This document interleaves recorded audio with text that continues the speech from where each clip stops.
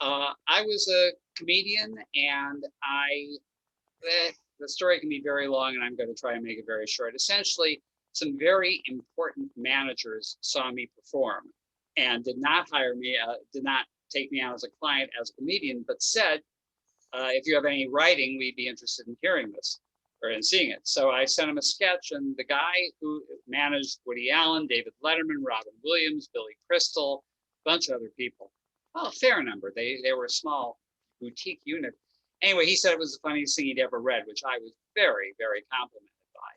Years later, he got me on to Saturday Night Live just to have that sketch produced.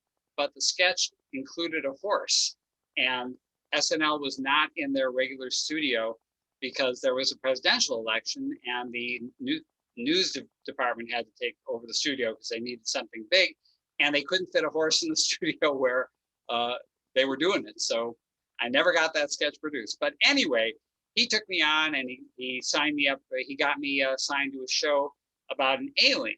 And no one here, well, few people here will remember it, but there was a show in the 1960s called My Favorite Martian. And it was a stupid, stupid show. I, as a young child, enjoyed it only because once a show, the alien's antenna would rise from his head. And that was like, that made my week.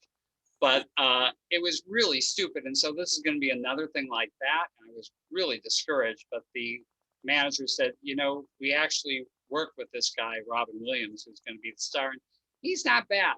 I think you'll have a good time. So that turned out to be true. So that launched my career. And after that, I did a bunch of other things. Wow. So what was it like? I mean, what was it like working with Robin Williams? I mean, I'm sure you get asked that, you know, a lot, but, you know, was he special? I've only been asked 2 or 3 times this morning, so it's fine. Yes, he was special.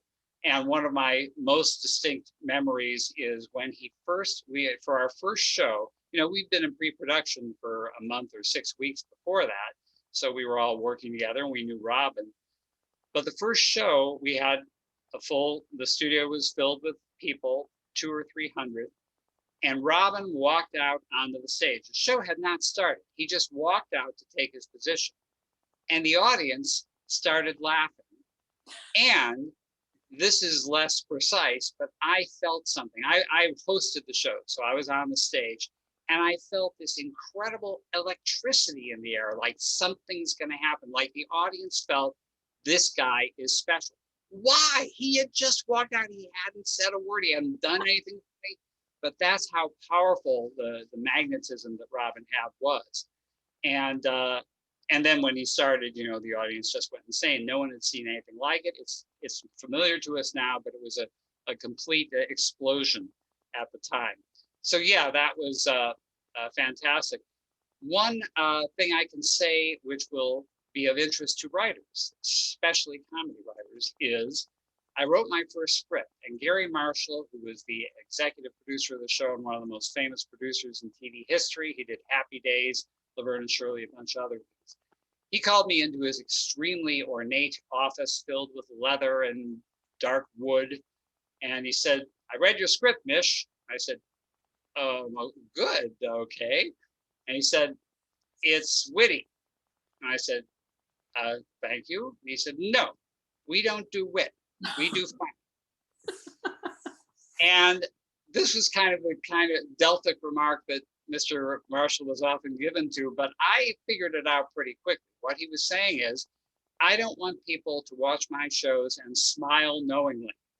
I want them to slap their knees hard and make that loud barking noise that results in me buying another house. So I realized I had to be funny, not witty. And there's a big difference. And since then, I like wit, so I try and do both. But you gotta give the funny its due. So speaking of funny, I mean, something like, you know, the Muppets Take Manhattan, I've seen, and it's hilarious. Was it also hilarious actually writing that and being involved in that whole process as well? Well, I worked very closely with the director, Frank Oz. We were, I did some work on my own, but we went over the whole thing line by line, and he was great to work with. He and I did not always agree. And the first movie, the Muppets movie, was really good, but then the second movie, which was, you know, a British production, The Great Muppet, what was it? The Great Muppet Caper, The Great Muppet Detective Caper, The Great Muppet Caper. Okay. That one I thought was great. I think John Cleese was in it, but a number of great British comedy people.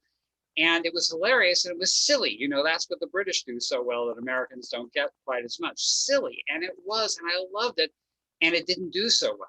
So I was specifically told this was the whole idea of Muppets Take Manhattan was to recover from the Great Muppet Caper, because that had not made so much money.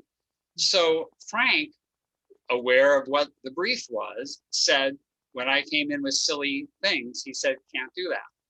And so it ended up being much milder than I would have liked.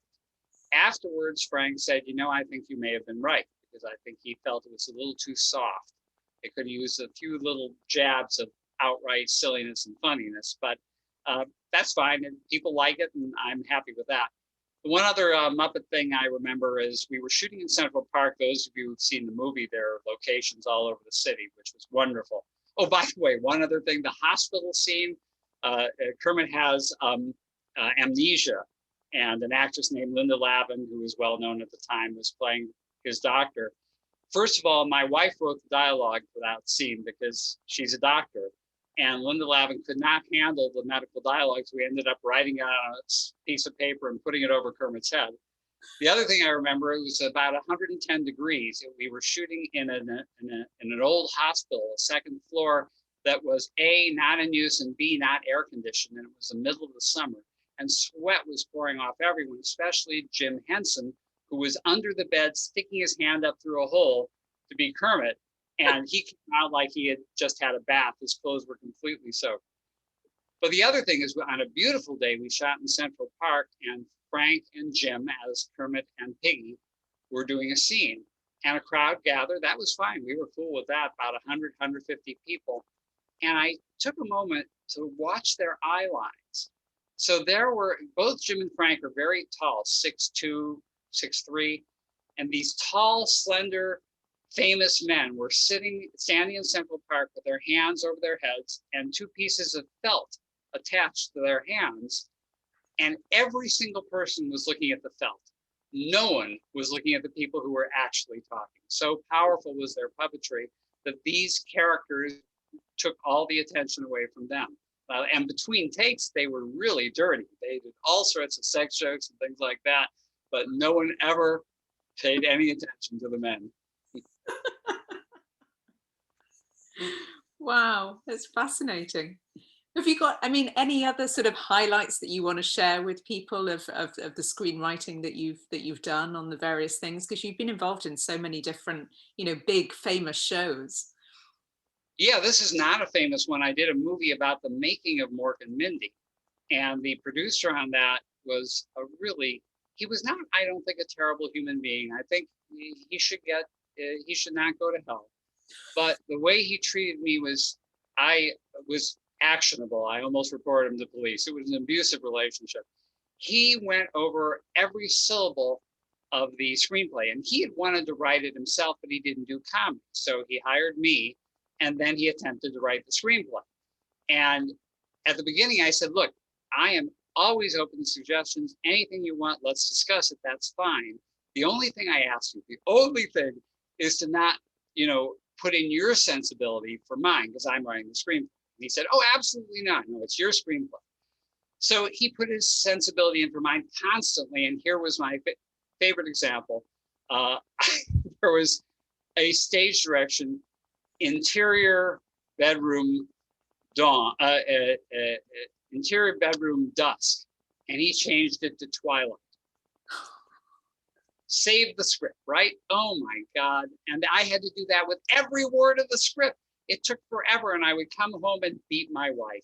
I'm not proud of it, but someone had to pay. Let's be honest. And my other favorite thing is I put in an ellipsis. We all know ellipses, right? 3 little dots. And he said, no, you can't. I won't have any ellipses in the script. And I said, well, what if someone's just trailing off? He said, we'll figure out a different way to do it. The problem with an ellipsis is I see the first dot and I think, oh, it's a period. But then I see the next 2 dots and I think, wait, what's going on here? Really? You think that hard about ellipses? You stop at the first dot? Oh my God. But I'm trying to think what other things. I mean, Mork and Mindy was, there's also negative things about Mork and Mindy. We were up, people would say, Robin, how does he come up with those ad libs? And our line would be, we're up till 3 every morning writing those ad libs. Now, Robin didn't really ad lib that much. Most of his ad libs were dirty and couldn't get on the show. So we did write most of the lines, but he's the reason the show was a success. It's entirely due to him because he took our lame lines and made them brilliant. But the main thing is I just remember being there at 2 or 3 in the morning and desperately wanting to get home. And one of the producers who was fond of the drink would just sit there, and he didn't want to go home. I guess he didn't have a happy marriage. So we would, at 3 in the morning, we would finish and then we'd schmooze. We'd schmooze for another hour.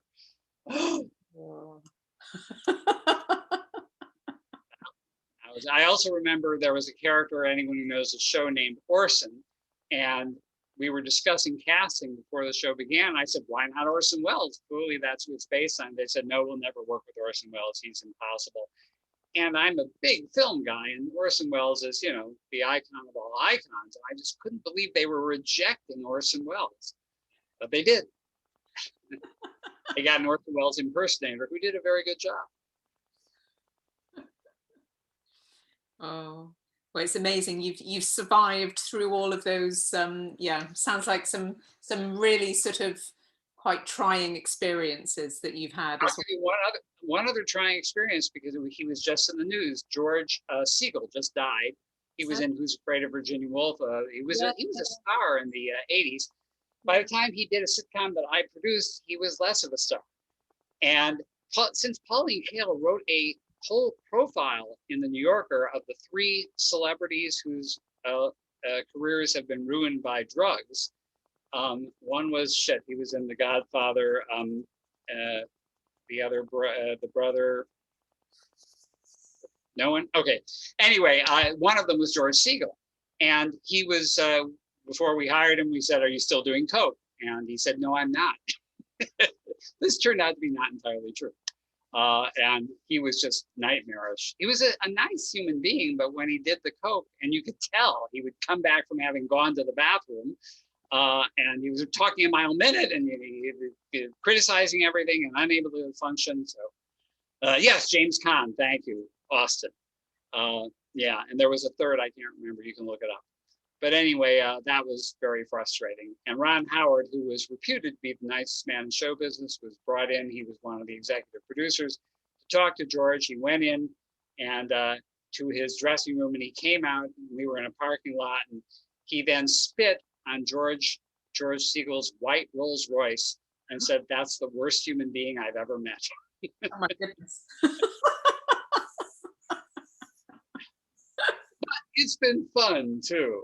Yeah, no, sounds absolute. Sounds like a blast. Mm-hmm. But at what point, David, did you decide to write Funny the book? Were you doing that while you were writing for these shows, or? My career was winding down, and I talked with a friend of mine who's on Seinfeld. Why are our careers winding down? We're brilliant. And he said he had a theory, which I think was true. He said, other people come up and they know exactly how good we are, and they don't know how good these other people are. And they want to take a chance on someone who's going to be huge as opposed to someone who's already exactly where they are. And also, generally speaking, executives, directors are younger people. They're in their 30s and even 20s, and they feel uncomfortable working with older people. It's like telling your dad what to do. So I get that. I mean, sexism is real. Sorry, it is, but I was meant to say ageism is real. But I don't blame it entirely. I understand why a young person would prefer working with a young person, but old people can bring things to the party too, like, I don't know, experience. But in any case, it was frustrating. So I decided to look into teaching, and I taught a course at USC, and it went quite well. And a friend of mine who's a literary agent said, write that up into a book and I'll sell it. So I did, and she did. Wow. Brilliant. Yeah, that was Well, nice. I mean, it is, I think, as you said at the beginning, it's so many things. It is this really interesting journey through the history, through the philosophy, and I guess the art of comedy as well, isn't it? I mean, it's many things, and it's also a really good laugh as well. I'm hoping. I tried to make funny the book funny. But the whole point for me, the whole reason to get into teaching is because comedy, I feel, has been historically devalued. I think people see it as less important, less significant, less difficult, less rewarding than drama, to which I say, fuck you. I think comedy is every bit as important, rewarding, difficult. It's a fantastic art form. In fact, most comedy writers think it's actually more difficult than drama. We were just talking the other day about improvisation, and you can improvise in drama. If the line is, I'll never speak to you again, you can say, that's the last time I'm talking to you. And it's probably not going to kill the scene, but you can change one word of a punchline and it's no longer funny. So you can change the length of a sentence and it's no longer funny. So the precision involved in comedy is huge, and I think deserves more recognition. Many comedians who do it are dismissive of that. They say, no, you just do funny. But the best, I think, don't think that. Jerry Seinfeld, Chris Rock spend tremendous amounts of time. Jerry, in one of my talks, actually the one I'm giving at Raindance, I showed Jerry Seinfeld's notes on a joke about Pop-Tarts that he said, Pop-Tarts is a candy. And he said it took him 2 years to perfect that joke. And I remember there was a story about Hassan Minhaj, a comedian, and someone came up behind him at a comedy club and he was scribbling on a piece of paper, and they looked over his shoulder and he was changing a semicolon to a dash. So I really think the precision of comedy is not recognized, and I try to make people recognize by burying their noses in. So there's one section which I'm just going to sort of focus you on, if I may, just because there are lots of writers and screenwriters with us today, and that's the chapter on the rules of comedy. And one of the things that sort of struck me as really interesting is the I'm going to try the Latin just because I find it funny. Omne treum perfectum. I know a Latin guy, and he told me, and you're close. You're 2/3 there. It's omni trium perfectum. And I said, how do you know how it's pronounced? It's everyone who pronounced things is dead. And he said there are ways. You compare words and how they're used in different speeches. But anyway, he was confident that was the case. So that means everything that comes in threes is perfect, and that relates to the comedy rule of three. And what's interesting is that many comedy people, as I say, are dismissive of that. Screw the rules. I feel out what's funny. But they're wrong, because when they're feeling out what's funny, what they're doing is applying their subconscious knowledge of these comedy rules. If a joke doesn't work, and that's the main point these rules come into play, is after you've written an initial thing. If something doesn't work, you have to figure out why. Is a sentence too long? Is it a callback? If it's a callback, that the thing you're calling back to happened a page ago, 5 pages ago, 10 pages ago, then maybe you need another repetition. But the rule of three is about repetition. It's about patterns, that you set something up, you repeat it so that there's a pattern, then you change the pattern, and that's funny. And in my quest to devalue drama to the level of comedy, I point out that there are essentially no principles that apply to drama that don't also apply to comedy. And in fact, the rule of three is used, or at least patterns are used in drama as well. In a horror movie, a woman enters a dark hallway. She looks left, nothing. She looks right, nothing. Suddenly a cat comes down and claws her to death. So all art forms use rhythms and patterns and disruption of patterns to achieve their effect. And what's that effect? Surprise. all art forms are about surprise. If you have a piano concerto and it's all the same note, not good. If you have a piano concerto and it's the same phrase repeated over and over, not good. If you adjust that phrase, then it becomes interesting. Great, who can say, but it's definitely, you need something in there. My father used to play me a piece by Chopin. I could play it. I have all my files accessible right now. But there's this off note in it. It just doesn't seem to fit. That's the thing that, and he said, that's what makes it great. And he was so right. That's what pulls you into it, makes you pay attention. You want it to resolve. It's not resolving, it must resolve. Tension and resolution is the key to every art form. Wow. That's very Actually, I'll give you for free. This is for free. The 4 principles of comedy, which are the 4 principles of every art form. They are pattern disruption, misdirection, tension and resolution, and surprise. And the fact is, all 4 of those are really surprise. They're all different ways of achieving surprise. But that's what you want. And that's the key to any kind of screenwriting, is you never allow something to proceed as the audience expects. So here's the example I always give from my own, shall I say, career, or shall I say, oeuvre.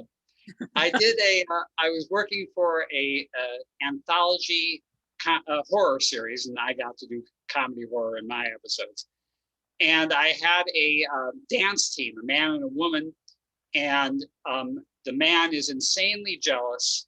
And when the woman has hinted she might want to go off to Hollywood and have her own career, he's reacted not violently, but very, very strongly and intimidatingly. So she decides the only reasonable thing to do is to poison him and kill him. So she gets a couple drinks and she poisons his, and she gives it to him. And he says, you know, I've been thinking, I've been horrible to you. You should, if you want to leave me and go to Hollywood and have a career, do it. You should do that because it's best for you and I love you. And then he drinks it and dies. So it didn't change anything in the scene. The scene still had the beginning, middle, and end. Well, it had the beginning and end, but the middle was changed. And that, I think, tremendously improved it. That exactly the opposite of what you think is going to happen happens. And then the result of that is it's still the thing that was threatened still happens. So that to me is the key to screenwriting, is to always be coming up with ways of frustrating or surprising the audience's expectations. Really useful tips. Thank you, David. Thank you. And when I know there's, you've also said that some words are funnier than others, and I know that, you know, for example, words ending in K, for example, are funnier. Why is that? And can you just talk us through that a bit? Well, there's actually a very simple reason. And by the way, there was a play and then a movie, The Sunshine Boys, and at the beginning of it, Walter Matthau, in lines written by Neil Simon, talks about why certain words are funnier. Actually, he talks about specifically what the words are that are funnier, and they all have what I believe the linguists call plosives. That is, a hard, explosive sound. Think about a joke. What's the key part of the joke? It's the punchline. The punchline signals that this is the end. Now you can laugh. The way we imitate that, and I think jokes actually are very instructive of how all comedy works, and again, all art forms. But the way we imitate that with a word is to have the word end with a hard sound. Duck is, studies have shown that the funniest word to use in a joke is a duck. Now, there's more than one reason for this. Ducks look funny. The word duck sounds like a dirty word, but the key is that it begins with a medium-sized plosive d, and it ends with the hardest of all plosives, k. Yeah. Duck. Now, you know, the joke has to be funny, but that says this is the end. Now you can laugh. It's a hard sound. It's like a door slamming. In drama, you often have a door slam at the end of a dramatic scene, and that's the door slam for comedy, is a plosive. So yes, that's why certain words are funny. You don't want to say, you know, I was attacked today when I went to the pond. By what? A minnow, a duck. That's a killer duck. Brilliant. And another thing that I find quite... 1 second, Randall just wrote. What's he said? Dramedy is. You can see that. Yeah, it's very good. That's very good. Thank you, Randall. Very funny. My next screenplay. Yeah, the other thing I was going to ask was about comedy, I guess, across borders. I mean, especially given that we're quite international tonight. I know that, I mean, just as an example, you know, the US office, the comedy in that is very different, I'd say, from the comedy in the British, the original office. Yeah. So I guess it's just sort of, you know, how do we work our way through that and ensure that, you know, it works internationally, or do we not try and do that? Do we just go for a particular audience? It's actually a two-part question, because the Office is a singular example, and then I'll get to the more general comedy across borders. So the Office, I think, is not an example of changing something for a different market. Well, I should take that back. It is to some degree. But I think it's mostly the Greg Daniels who rethought The Office for American TV, thought about making it better. Shocking to say, but I saw the Ricky Gervais Office and loved it, and brought in my daughter and said, "You got to see this." And she couldn't watch more than 10 minutes of it. She said, "I can't stand the humiliation. I can't see the way he is, you know, made feel so small, and how horrible he is. It's just pain. It's not funny to me. It's painful." Oh. I don't think that was a completely unknown reaction to the Ricky Gervais Office. You have to have a specific taste to enjoy them. Yeah. And Greg Daniels is a really smart and funny writer. He was not going to bland it out. You know, there were, what was it, 3 different Faulty Towers for American TV. Oh, really? Some of which got produced. One with John Lithgow, I think. And who seems like a reasonable John Cleese impersonator, but and one was a woman, Beatrice Arthur, and they all failed miserably because they just couldn't. I mean, the cruelty is absolutely essential to Faulty Towers, and I think American audiences wouldn't have dealt with it. But what Greg Daniels thought was, let's find the humanity in the Michael Scott character. Let's find he will still be, you know, bad to people. He will still be stupid. But instead of just seeing the cruelty, let's allow his humanity to leak out. Let's allow his loneliness and neediness to be visible beneath the cruel language and the stupid language. Now, you need a hell of an actor to do that. Steve Carell's that actor, brilliant actor. And it came together wonderfully. But the transformation of the Ricky Gervais character into the Steve Carell character is, I feel, utterly fascinating and worth studying. Mm-hmm. You may prefer the Ricky Gervais character, that's fine. But to me, there's no question that without blanding it out, without making it stupid and, you know, everyone will love this, nonetheless, the Michael Scott character is more accessible. And I think that is what, and you clued me in on some of the questions you were going to ask, and one of them was about, actually it got to likability. Oh, where is it? One of your questions was dealing about something that made me think of likability, and likability doesn't mean the person is nice. Mm-hmm. I think of Loki in the Avengers movies, utterly evil, hilarious, funny. We like him. Mm-hmm. We like lots of bad people. That's the whole point of fiction. Everyone doesn't have to be noble. Most actors say they would rather play a villain. So likability is, in the eyes of many network people for the years I've been working, translated to they can't be mean, they can't have negative qualities. And that's just bullshit. And actually, I'll go back to Mork and Mindy. I was the youngest person on the staff, and there was a woman who was the next youngest and also the only woman. And she and I became best buddies because we weren't old sitcom writers. And at one point early on, like second or third episode, we said to the producers, Mindy is the real alien.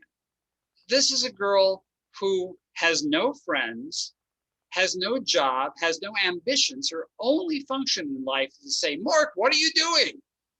And believe me, Pam Dauber was aware of it. She had nothing to play. It was horrible. Now, she loved Robin and found him infinitely amusing. So, and that translated to the screen, so it worked out. But we begged them to give Mindy some characteristics, which you would think would be important for a character to have. And they said, no, Mork has to be the focus. And we said, this will not pull focus from Robin Williams. If Robin Williams is on the scene, she can have antenna coming out of her head. It still won't pull focus. But they were frightened of anything that might distract us from the genius who was working. So that failed. But I think that's a complete misreading of how comedy works. Everyone, just like in drama, there can be no minor characters. Every character has to be thought out. Every character has to be interesting. When I was young, I read Charles Dickens. He has what we would call cameos, people who walk on and walk off with a couple lines of dialogue. They're all memorable. Everyone has a script, a line of dialogue that you remember. That's what you got to shoot for. There are no supporting players. But wait, I think I've gotten way off. Okay, so comedy across borders. If there were a way to do it, everyone would do it because the American market is key and the international market is key. There's no question there are different sensibilities in different countries, but I think one thing to think about is the difference between language and physical humor. Wordplay is never going to translate as well as physical stuff. So if you're looking for the international market, you've got to look more towards what bodies do than what words do. Now you can still have interesting characters, but you just can't be as dependent on dialogue. And most comedy writers would say that's not a trade-off they're willing to do. By the way, I had a friend who was a very successful producer, and he read a screenplay of mine, loved it, and said, I can't sell it. And he said it's partially because it was too witty. I still hadn't gotten over that. But also, and wit doesn't travel well. But the other thing he said is, if you want to write something that'll sell in the international market, have the word wedding in the title. He said, there is no movie I've ever seen with the word wedding in the title that hasn't done great all around the world. Wow. So there's your tip. There you go. And moving on from that, do you have any sort of, if you could give like one particular sort of secret or top tip on how to write comic characters that people, find hilarious or are fascinated in, what would that be? I know that's quite difficult to say, but it is difficult, but that's why I get the big bucks. Let's see. I think the main thing is that just like I said before, characters have to do unexpected things. You do have to give every character specific characteristics, but to me, what's interesting is when they then act in a way you don't expect, and you learn more about them because of that. That deepens the characters. Now, in comedy, and a bit in drama, but I think more in comedy, characters have specific qualities: lazy, greedy, sexy, boring, and that will get your attention and be effective for a while. But if they're going to be on screen very much, they have to have more to them. And when they have those other, Michael Scott's a perfect example. The American version, he was a horrible boss. He was arrogant and sure of himself when he was in fact stupid and inept. He was sexist, he was racist, but as you got to know him and realize those other characteristics underlying those things and why they existed, that made him fascinating. And it made him never boring because you didn't know what side of him was going to come out. And again, I would have to go back to the first episode, although I don't think the first 2 or 3 episodes were that great. It really found its footing with an episode Larry Wilmore wrote. I don't know if you know him, but he's a great writer. Anyway, the show found its voice, and that's when Michael deepened and became so arresting as a character. And by the way, that's a fascinating thing about TV series as opposed to movies, which is that in TV, you often are stumbling your way towards a show for the first few episodes. You just don't know. Sometimes there's a side character who breaks out and everyone finds fascinating. So it shows the importance of spending a lot of time writing. You have to not fall into the trap of not having spent time with your characters. I believe John Cleese and Connie Booth told the BBC that their condition for writing Fawlty Towers is that they would have 1 year to write the scripts and then they'd shoot the shows. So they just crafted each script to the finest imaginable perfection. And most American shows never have that luxury. You have to get into production pretty quickly and you don't have time to make mistakes. It's funny you mentioned Fawlty Towers. I've been watching it recently because the BBC has rerun it here in the UK. And, it's still as funny. And I must have watched it God knows how many times as a kid, and it's still hilarious. I mean, it's, that's such clever writing that it's still hilarious today. It is, but what Cleese has talked about is that, farces, he feels, and many comedy people feel, is the most difficult thing to write, but it's very different from our old friend wit. There are lots of funny lines in Fawlty Towers, but they come from the situation, which is always a good thing. But certainly in Cleese's other writing, he was very aware of how to be just plain funny without being utterly dependent on the character and the situation. But it's always better if you keep those things in mind. And Fawlty Towers is a perfect example of situation and to some degree character making the funny. There are things comedy writers call gimmies. Someone says, okay, in this scene, Joe and Barbara discover that their pet gecko is radioactive. So from that point, I'm done. I can write that in 10 seconds. You give me a great premise, and that is a great premise. Yeah. You give me the right premise. I can write dialogue so easily. But getting to the point where I can write the dialogue, that's really difficult. Now, not everyone can write dialogue easily, so other things come more easily to them. But for me, if you give me a great setup, which I usually have to come up with myself, then I'm sailing. So I myself spend a huge amount of time working out the plot, working out the characters before I ever start writing dialogue. Usually in those initial phases, lines of dialogue pop into my head, and I write them down and I use them later. Or not, but I don't worry about the dialogue at the beginning. We're getting a lot of comments here, and I'd love to deal with them, but maybe we should just wait till the end or whatever you want. Yeah, I was just going to ask one question, just because Sure. it's a bit depressing, but I think it's quite relevant given the world that we're living in. I guess it's how to navigate comedy in a world where we can offend so easily, and where there's so many laws against not doing this and saying that and everything else. So it's just whether you've got any tips on how to navigate that and deal with that as when one is writing. I will deal with that question by dealing with the last question, because I remember there's something I might have said talking about writing comic characters that people want to watch. That's where the likability came in. Oh wait, no, I already did deal with that. Never mind. So yes, PC and cancel culture, very difficult. Both Chris Rock and Jerry Seinfeld announced 2 years ago, I think, that they would no longer play college campuses because it was too impossible to avoid offending someone. Yeah. But the fact is, you're always going to offend someone. I do a class on musical satire, and I played You Won't Succeed on Broadway from Spamalot. And the full chorus is, you won't succeed on Broadway if you don't have any Jews. And it's an utterly hilarious song. And a woman sitting on it, I won't forget, in the front row of my class said she was tremendously offensive by that because it was anti-Semitic. And I said, if you think about it, it's pro-Semitic. The whole point is Jews are great. Jews will make your show great.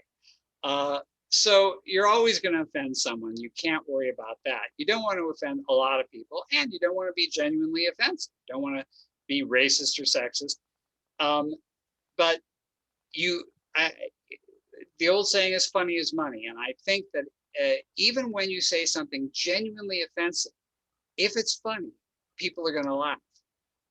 And that's the way you can get away with genuinely offensive things. But as one comic said, I can't remember who it was, the more offensive the thing you're saying is, the funnier it has to be. Now, Louis C.K., who is officially canceled and deservedly so, was nonetheless a brilliant comedian. And he did a monologue, and you see it on YouTube for Saturday Night Live, where he talked about child molesters. And he said, you know, it's a horrible thing. I hate child molesters. They're terrible people who should be locked up forever. But if you think about it, how good must molesting a child feel for them to take the risk to do it? And, you know, this is the most offensive thing you could possibly say, but it's true. It does make you think about that, and it's funny. So he got away with it. I believe there were some letters of protest, but overall it was fine. He survived, and he survived a long time until he did himself in. But anyway, the point is that had to be a very incisive, perceptive, hilarious bit for him to not be lynched. So if you're taking on tricky things, make damn sure it's funny. Yeah. And Randall's just said, another way to be offensive is to let a puppet say it. That's true. Although there was just that Melissa McCarthy puppet movie last year, can't remember the name, and it was evidently a disaster. It was dirty, dirty, dirty, but it wasn't funny, funny, funny. There was one vomit scene that was in the trailer that did appear to be funny, but I think that made the Happy Time Murders. Thank you, Randall. And I think that vomit scene was funny. It reminds me, I have a vomit I show when I'm demonstrating animalistic characteristics of humans that are always funny. I use vomit, and the one I use is the vomit scene in, oh shoot, I'm forgetting it. What was the second South Park movie? Trip Parker and Stone, with Team America World Police. And they have a puppet vomiting for, I would say, close to 30 seconds. And of course, part of you is wondering, how the hell are they doing that? You know, where's the vomit coming in the head? But anyway, it's utterly hilarious because it doesn't stop. So, and again, vomit is pretty damn offensive. So they made it fun. It's also a bit like, I mean, that was the one scene in Bridesmaids that I can't watch it because it actually makes me want to be sick, but it is bloody hilarious. I show that, sadly. You won't be able to watch my Raindance. It's a great example. What I talk about there, and I'm going to repeat lines I'm going to use, so please forget them if you've signed up, is that it's also a great revolution in the history of women in movies, because in the same way that women being overtly sexual used to be offensive, in that scene, the idea of women being, you know, gross, profane, animalistic was considered wildly offensive, or at least wildly novel at the time. And so that's something that has been used to humiliate and debase men for, you know, decades and decades is now used to humiliate and debase women. Equality. So that Bridesmaids was brilliant, and I'm not in the biz enough to know why Kristen Wiig and her partner, whose name I suddenly forgot, were not writing a sequel and didn't write even anything. And then this year they did. Barb and Star Go to Palm Springs, I think it's called. I haven't seen it. I'm not sure how great it looks, but these guys are brilliant, so I'm going to definitely check it out. I thought Bridesmaids was a fantastic script. By the way, that scene was the idea of Judd Apatow. Oh, really? Wow. He said, I think you should do this, and they didn't want to do it. They thought it was stupid and gross and obvious and beneath them. But they did write it. He didn't write it, and the way they wrote it worked brilliantly. It was genius. It's absolutely brilliant. I'm just going to pick up on a couple of the questions in the chat, and then we'll open up to everybody else. Okay.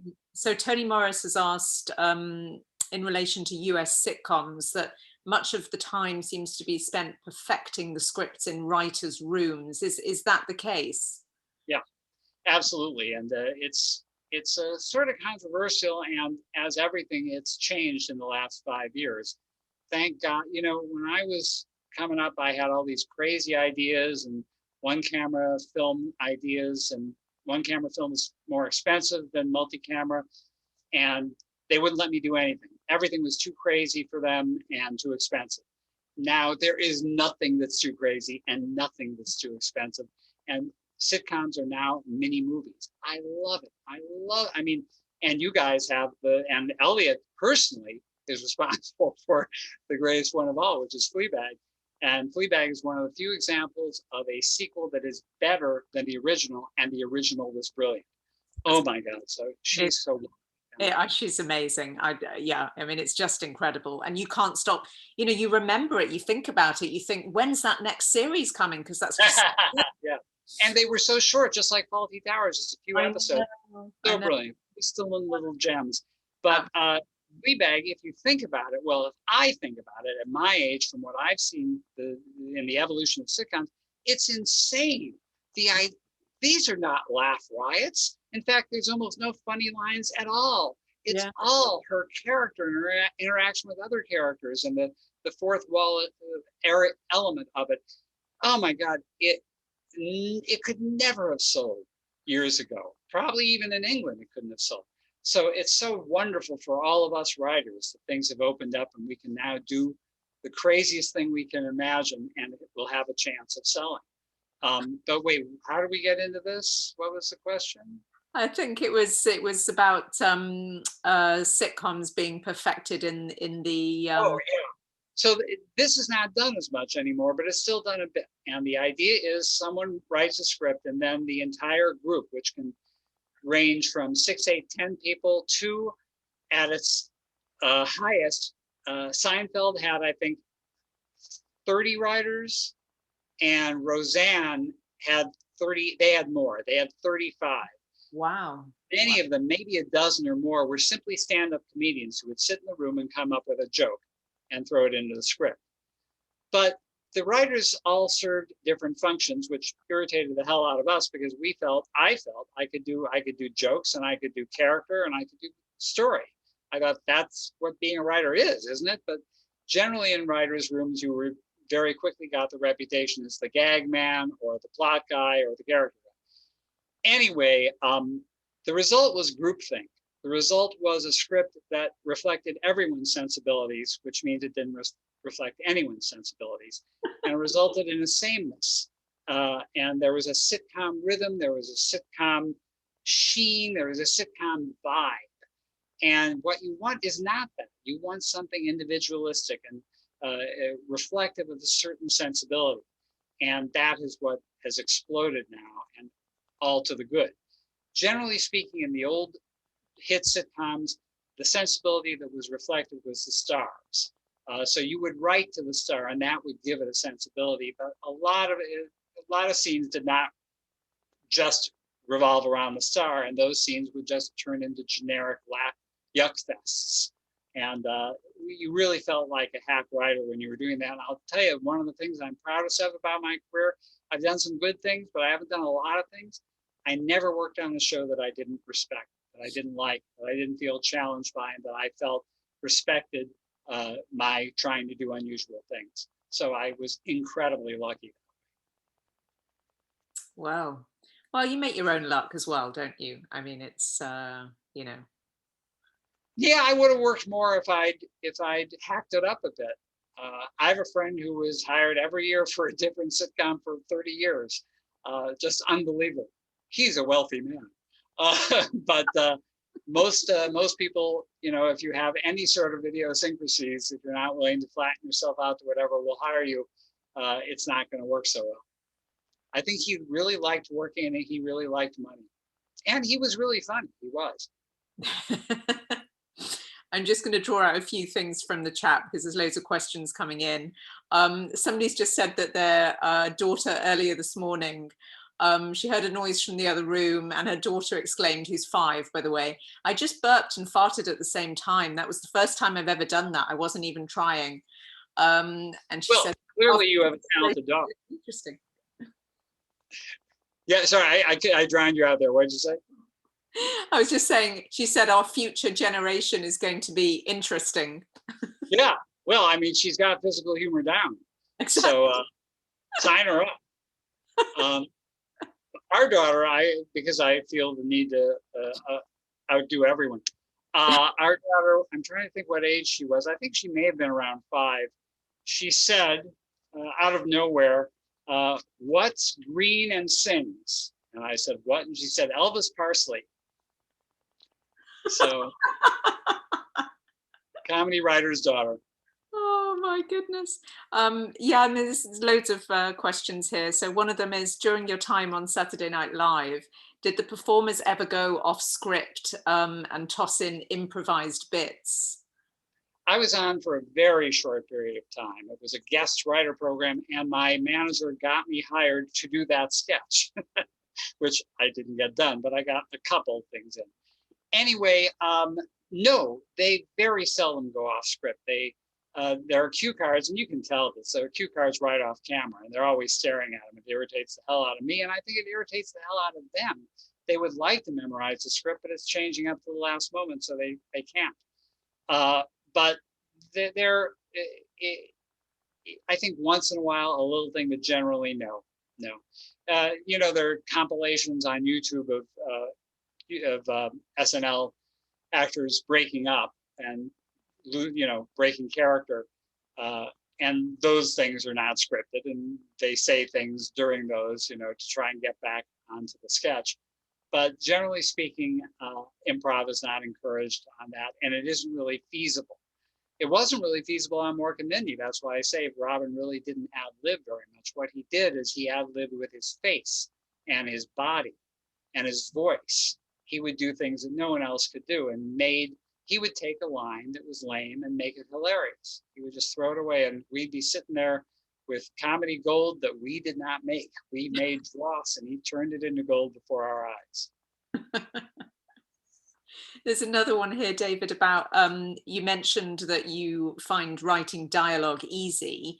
Swati says she finds that the toughest part. Can you share any tips on writing dialogue or comedic? I would just say anything a person finds easy, they're not going to be able to give tips about, because it just comes to me. It really does. And I make my living now analyzing things, and I cannot analyze that. I can just say that the things that don't come easy to me, plot and character, are the result of blood all over my floor. I just sweat and strain and bleed over everything until I get it to be good. But for some reason, thinking of funny lines just comes to me. Now, having said that, I don't want to put myself down and just say I'm just, spouting out brilliance. If I do something good, it's because I've rewritten. Writing is rewriting. Yeah. And there is no line of dialogue. I shouldn't say that. There are very few lines of dialogue that have sprung full blown from the brow of Zeus. They are worked over and worked over and worked over. And that's where those comedy principles, those comedy rules come into play.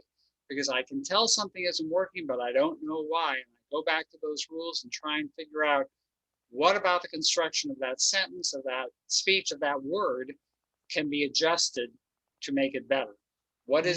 And then I often am successful. I will see, obviously this is awkward. It isn't clear who he's referring to, or whatever.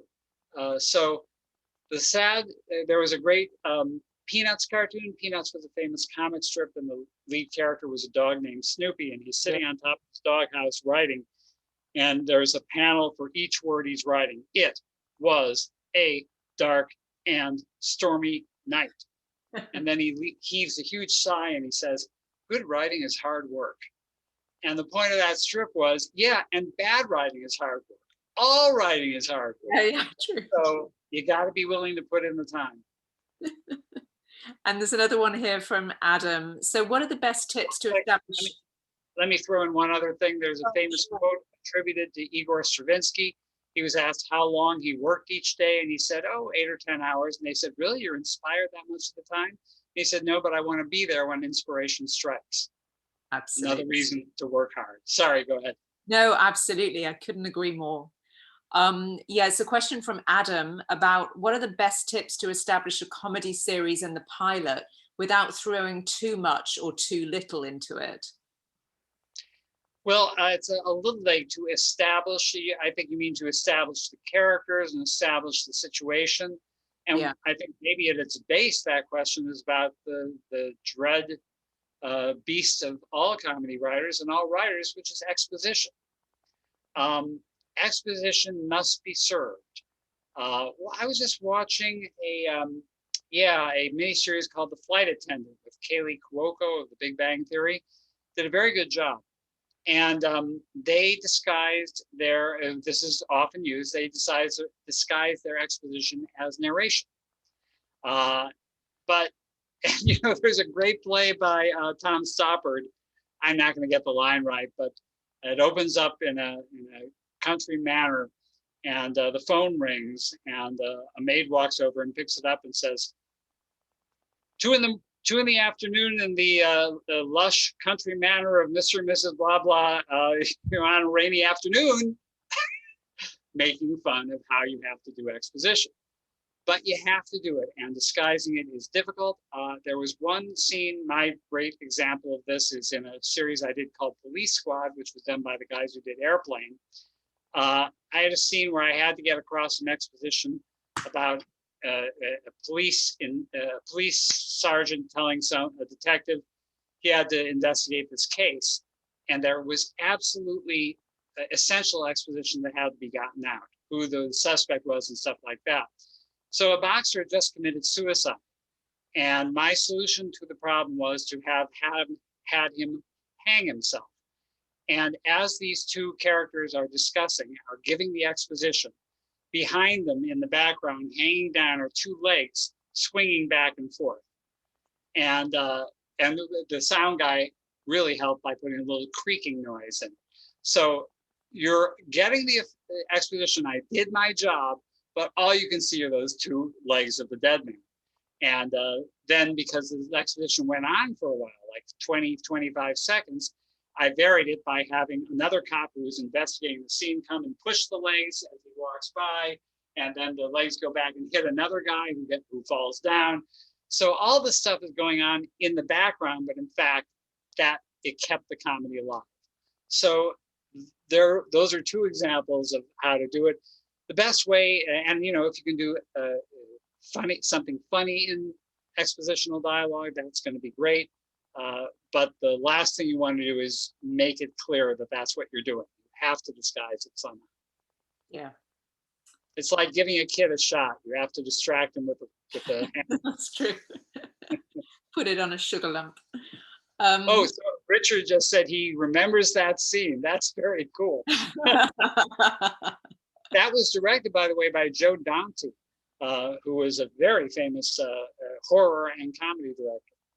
And he was just friends with the guys who did Airplane, so he agreed to direct it. I think it's one of the only TV shows he ever did. There's another good question here, which is about copyright and comedy, and whether you've got any thoughts on joke stealing. Yeah, it's evil. Kill the guy. There was a scene in a documentary called Comedian, and it wasn't about, but it was produced by Jerry Seinfeld, and he's in it. And there's a scene that doesn't include him. It's in a comedy club. It's a documentary, so this really happened. In the back of the comedy club, there's a comedian, and another comedian comes up to him and says, "You stole my sneezing bit." He says, "What are you talking about?" He said, "I do a sneezing bit, and I just saw you did a sneezing bit." And the other guy says, "You don't own sneezing. I bet I'm not even the only person who thought of doing a sneezing bit.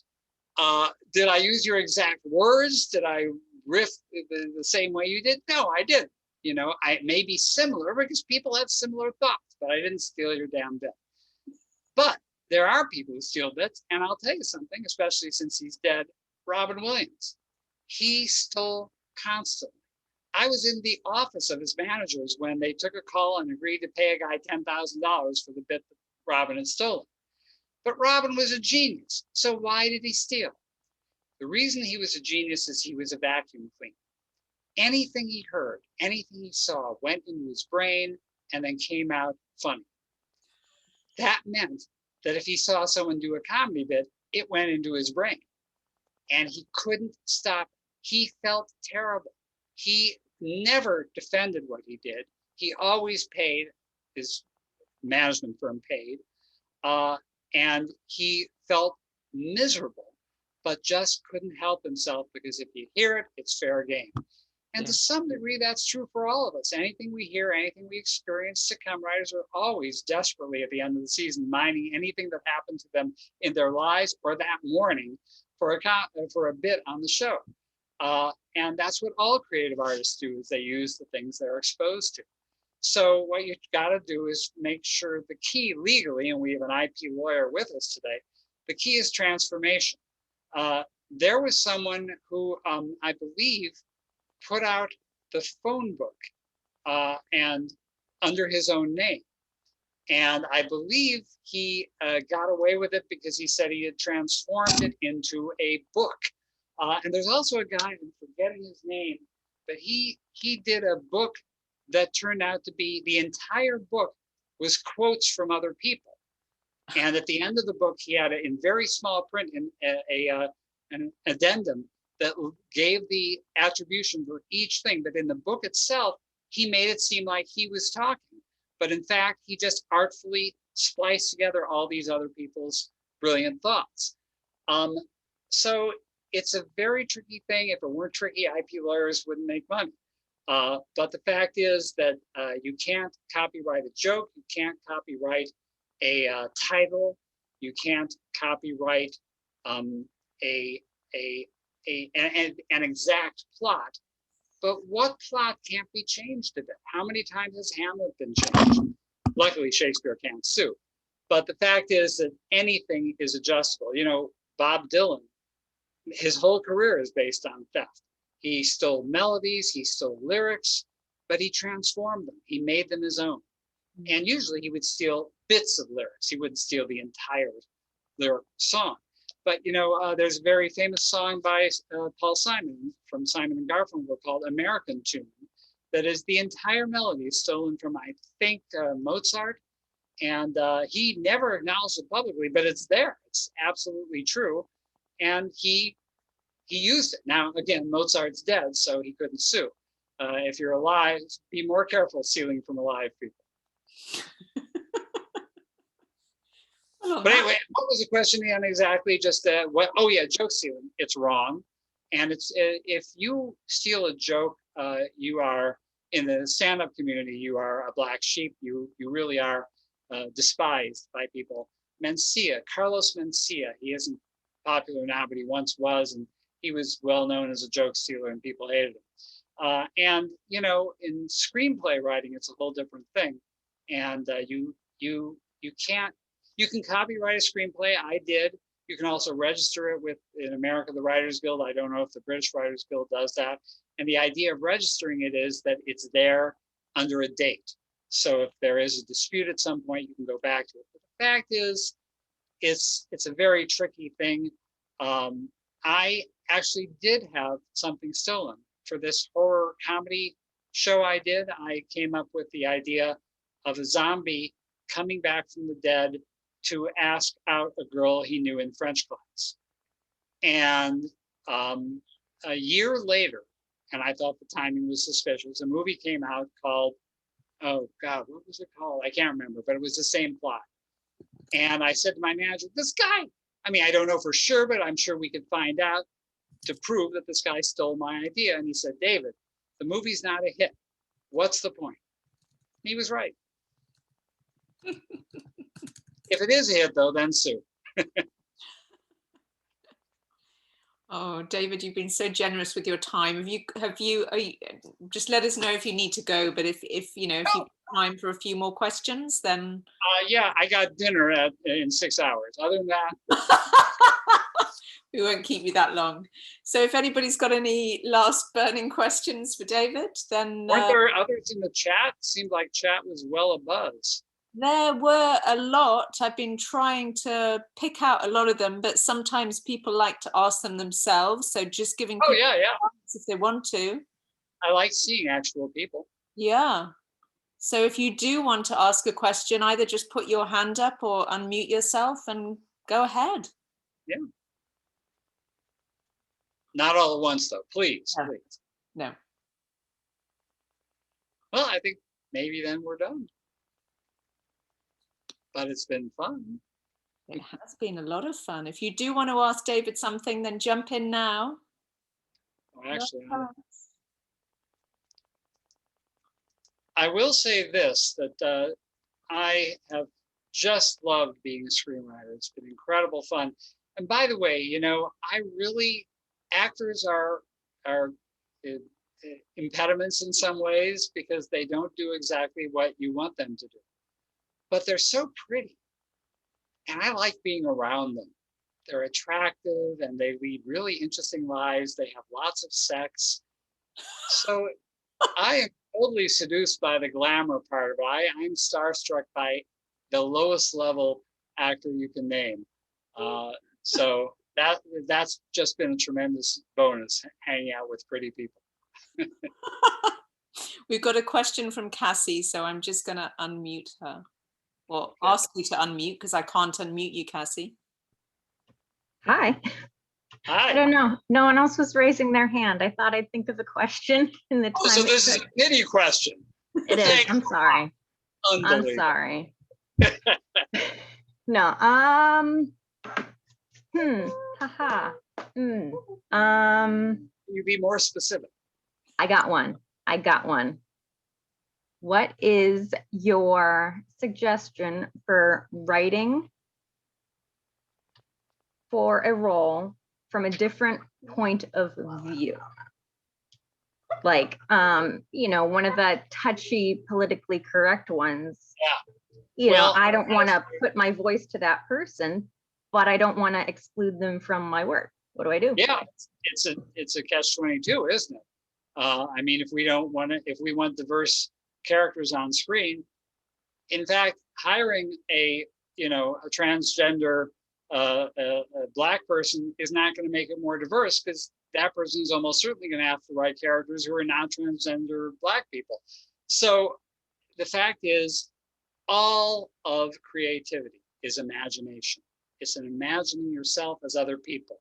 When this all started about 2 years ago, there was a woman who was booed at some conference because she had written a book in the voice of someone she wasn't. And she said, look, if I'm stuck with writing myself, all my books are going to have nothing but middle-aged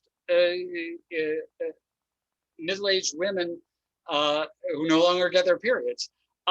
It's a dead end. And it's true. Everyone has to use their imaginative faculties.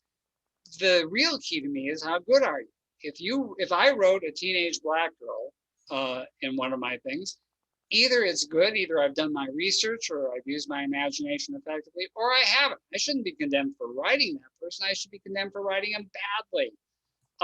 And a teenage Black girl is absolutely entitled to write an aging, pre-senile, white, balding comedy writer. I'm all for it, whoever that would be. So we have to allow people to do that, or we're restricting fiction to in a way that will make it really bad. So how do you do it? Again, I think the answer is the same as the answer to how do you avoid offending people. The way to avoid offending people with a joke is to make it really funny. And the way to avoid offending people by being a character, writing a character who's not you, is to do it really well. And before putting it out to the public, making sure you get people of diverse backgrounds reading it and saying, yeah, this works or this doesn't.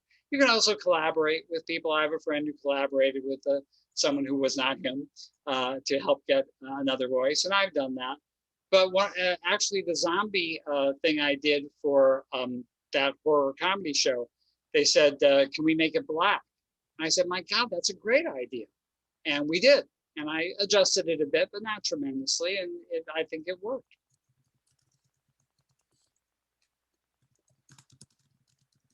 So Thank be you. good.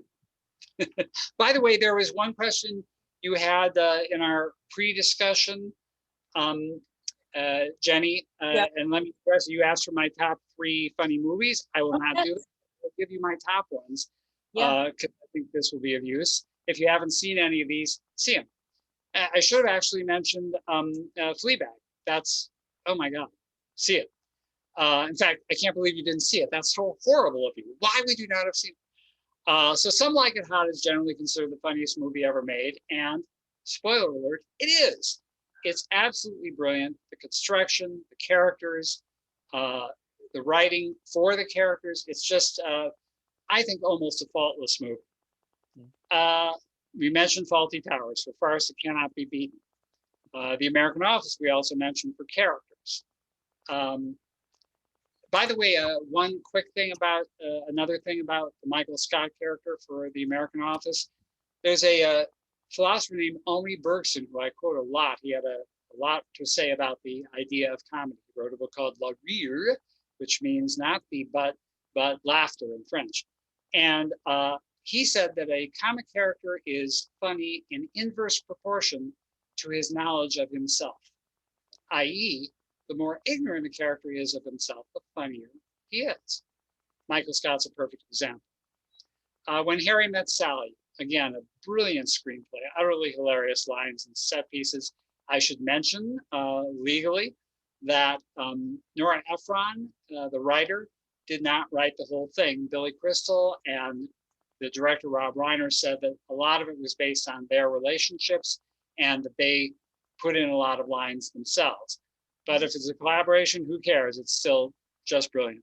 4 Weddings and a Funeral, which was, I think, I forgot his name, famous screenwriter who wrote 4 Weddings. I got it. Okay. Anyway, yes, Richard Curtis. Richard Curtis. Yeah, Richard Curtis. I have a friend who's friends with him, so I should have known. But anyway, that's great plotting and characters. I think it's again, almost a faultless movie. The one fault is the lead character, who I assume they had to cancel because they had to cast because she was hot at the time, Andie MacDowell, a fine, lovely woman who I think since has improved, but was really almost borderline terrible in that movie. She almost killed the ending, and she had a big monologue that she barely got through in the middle of it. And it was a brilliant monologue. You could tell I would divorce myself from her. And I heard those lines and they were great, but she just really couldn't sell it so well. Oh, it's brilliant. I think all of those are in my top 10 favorite movies. So yeah, absolutely brilliant. When I was young, like many young people, I thought the classics, people said Shakespeare, Dickens, come on, for God's sake, can I read something written within the last 100 years? And then as I got older, I realized, oh, there's a reason they're called the classics. And the same applies to film. So the top films are there at the top for a reason. And the AFI, American Film Institute, did a thing, I think 5 years ago or so, where they did a poll of all their membership and they got the top 100 comedy screenplays. So that's online, you can check it out, and it's a great list. Tootsie is up there too. And you know, it's so funny. All these movies have such backstories. Tootsie, Larry Gelbart got credit for it, one of the most famous comedy writers, and he would not accept the Oscar. He was so pissed at Bill Murray's ad-libbing. Evidently, every line Murray did was an ad-lib, and they were hilarious. And the way his script had been screwed around. And it's a great movie. So what are you going to learn from that? Who knows? And you know, there's a very famous writing teacher, Robert McKee, who uses as his example of the perfect screenplay, Casablanca, which is a perfect screenplay. But they were writing it the night before half the time. As Ingrid Bergman talks about how it was so easy for her to play ambivalence and ambiguity in the scenes where was she in love with Humphrey Bogart or was she in love with the other guy? She said, I didn't know. They hadn't written the ending. So it's funny, we study these things under a microscope, but they were often thrown together in a trash heap and just sorted out at the last minute. But not all of them worked, and the ones that worked are worth studying. Oh, well, it's been absolutely incredible to spend our April Fool's Night with you, David. Thank you. Unless there's any other burning questions, we're going to go and set you free to enjoy your April Fools or playing jokes on other people. Thank you. Any last burning questions, anybody? They've all gone very shy. Happy Easter duck. That's good. I know the main thing everyone's thinking, so I'm just going to answer it. How do I stay so young? Heroin. People don't know. It really, I mean, in moderation, it really keeps the skin fresh.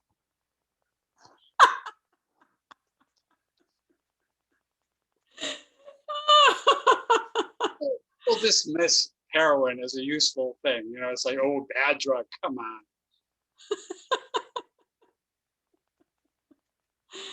Oh dear. Oh, what can I say? So if anybody wants to save the chat, they can do so. I just did. I've learned about that. That's a really important thing. Well, at least for the people doing it, it's great because you don't get a chance to really look as you're doing it. Exactly. So if you click on it's the right-hand bottom with the right-hand bottom. Been around you too much tonight, David. It's the bottom right-hand box with a few dots in it on the right-hand side of file. That doesn't sound any better. Right-hand bottom is my name in my nickname in high school.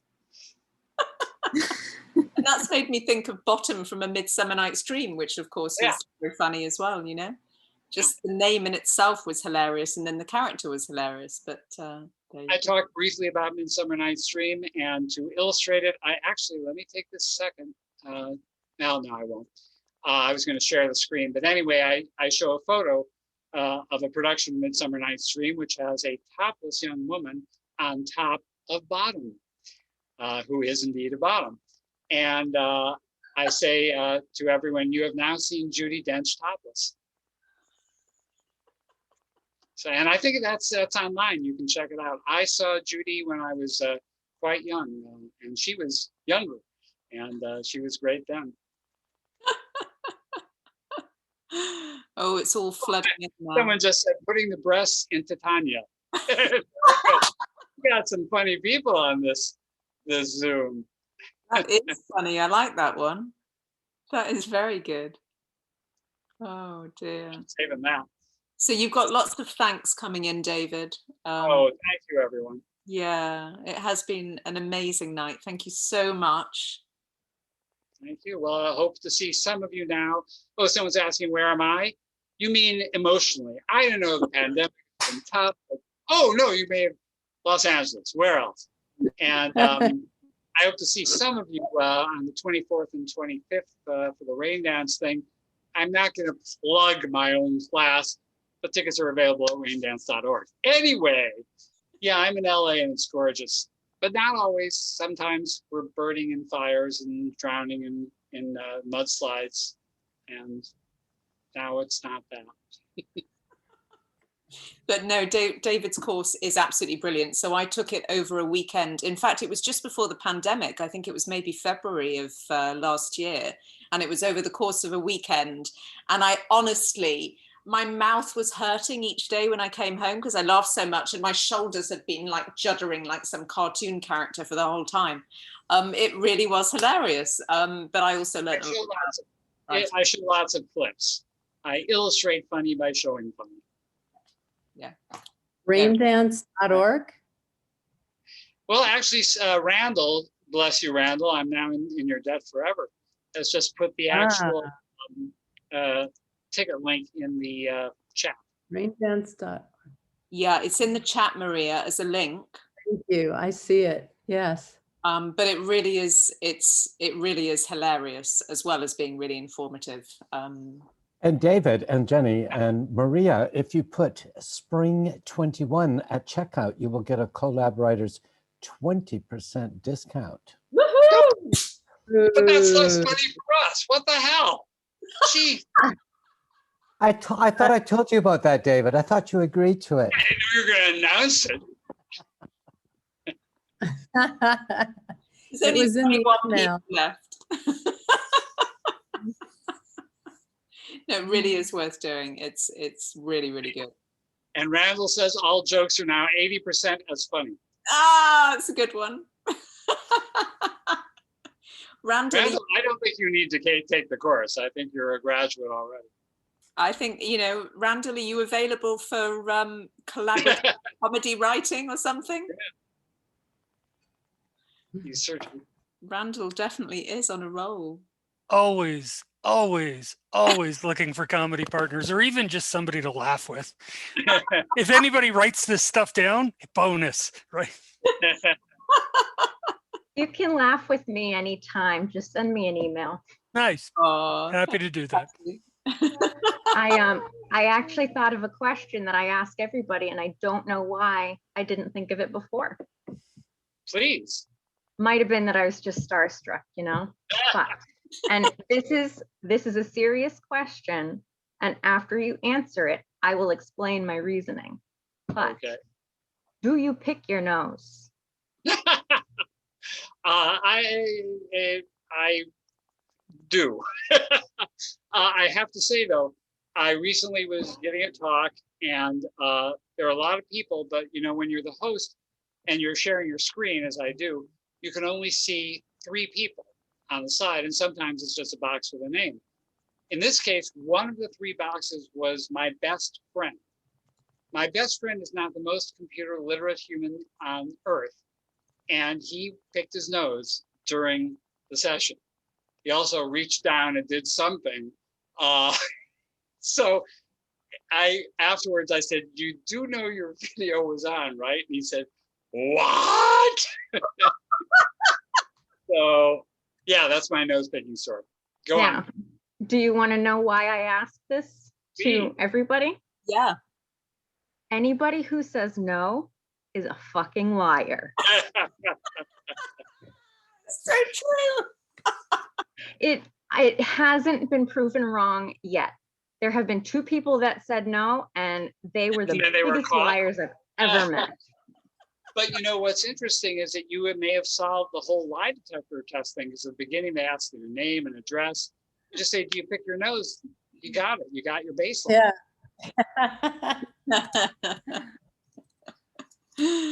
Oh dear. That's a great question, Cassie. Thank And I think you. your daughter is following in your footsteps. We can Now, literally. this one's the sweet one. The other one is the demon. Oh. She's just as wild as her curly hair, I swear.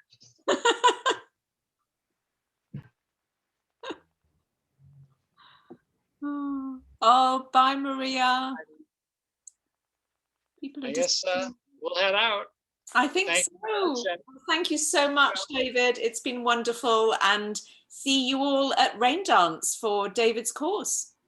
Lovely. I hope. Thank you. Happy Easter. Thanks, everybody. Thanks so Have much. a lovely break. Take care, everybody. Thank you, Jenny. Bye. Thank you. Thank you for your ad lib, Randall. I have no talent. I have to ad lib. Oh. A true writer's line. Oh.